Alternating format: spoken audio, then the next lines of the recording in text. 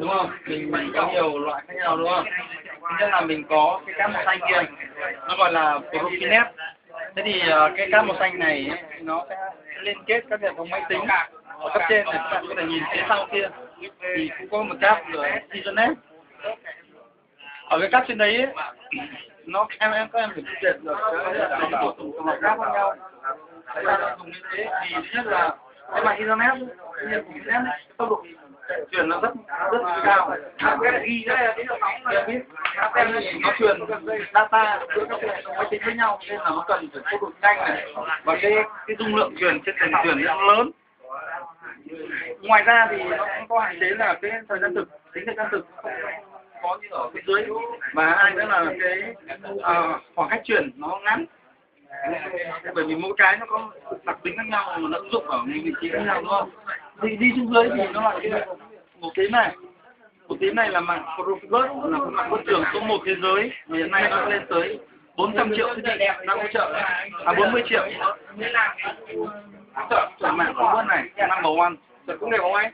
Đúng rồi, nó là một tiêu chuẩn doanh nghiệp, không phải do Siemens nghĩ ra, mà nó là một hiệp hội nào đó, hội phi, hoặc là Profibus Association.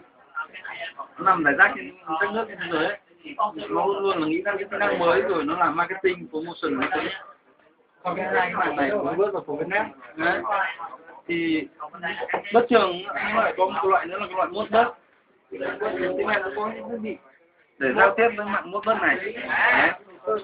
Ở dưới cùng thì Siemens có mạng gọi là AS Interface. AS Interface viết tắt từ là Actual Sensor Interface. Actual là gì? Là cơ cấu chấp hành sensor giao tiếp với nhau. Thế thì nó giao tiếp kiểu gì? Các cái sensor ấy, thì thường là có cái master slave đúng không?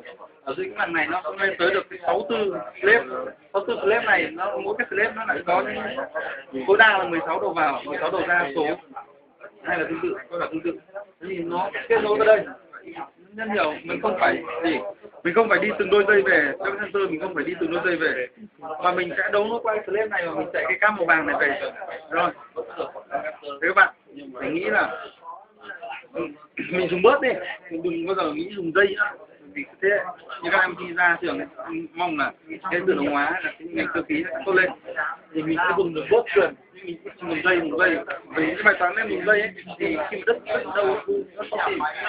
Hai nữa là cái dây nó rất lớn, bảo trì bảo dưỡng nó rất khó nếu đứt dây.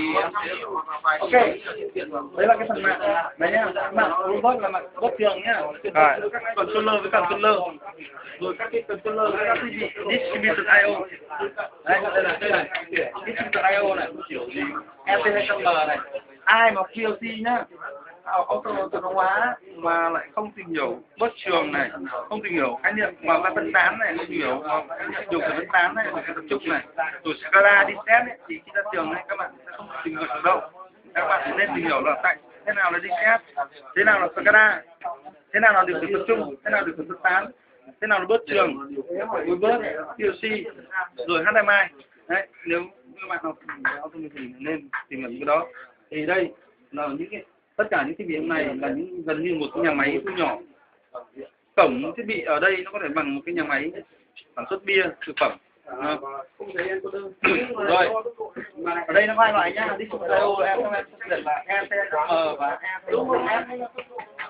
Nên các bạn nên về Google search phần distributed I/O rồi vào ra phân tán rồi đi ra đi, các bạn biết thêm về nó nhé. Còn qua bên này thì Siemens ấy, người ta chia ra khái niệm là tự động hóa cỡ vừa, rồi cỡ lớn, rồi cỡ nhỏ.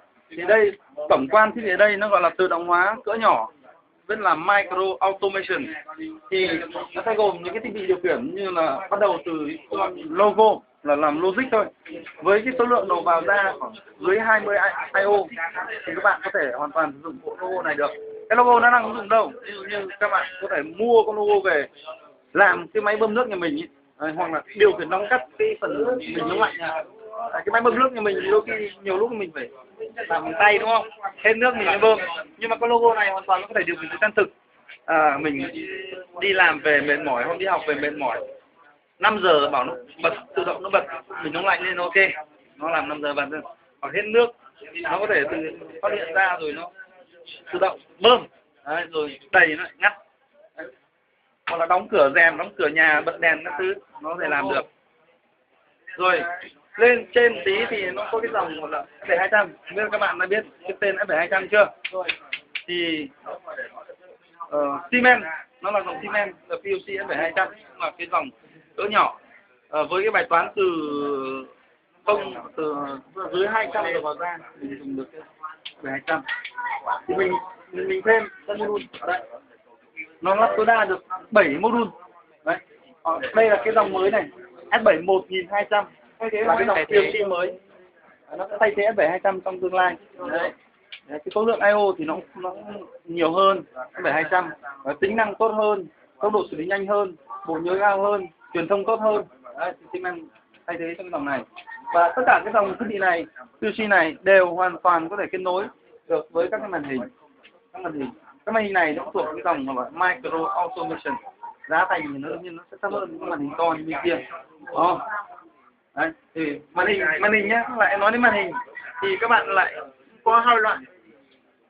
Siemens đưa ra hai loại, một là loại mình nói là touch, chỉ cảm ứng thôi, không tờ.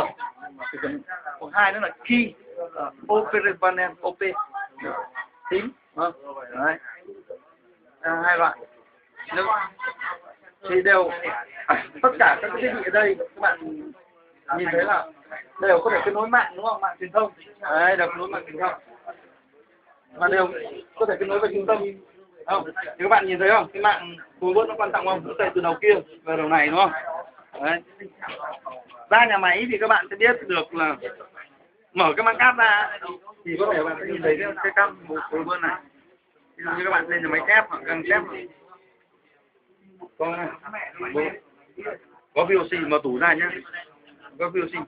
Thì tất cả những cái phần VOC như này nó đều nằm trong cái tủ mà trong phòng điều khiển trung tâm hết. Đấy.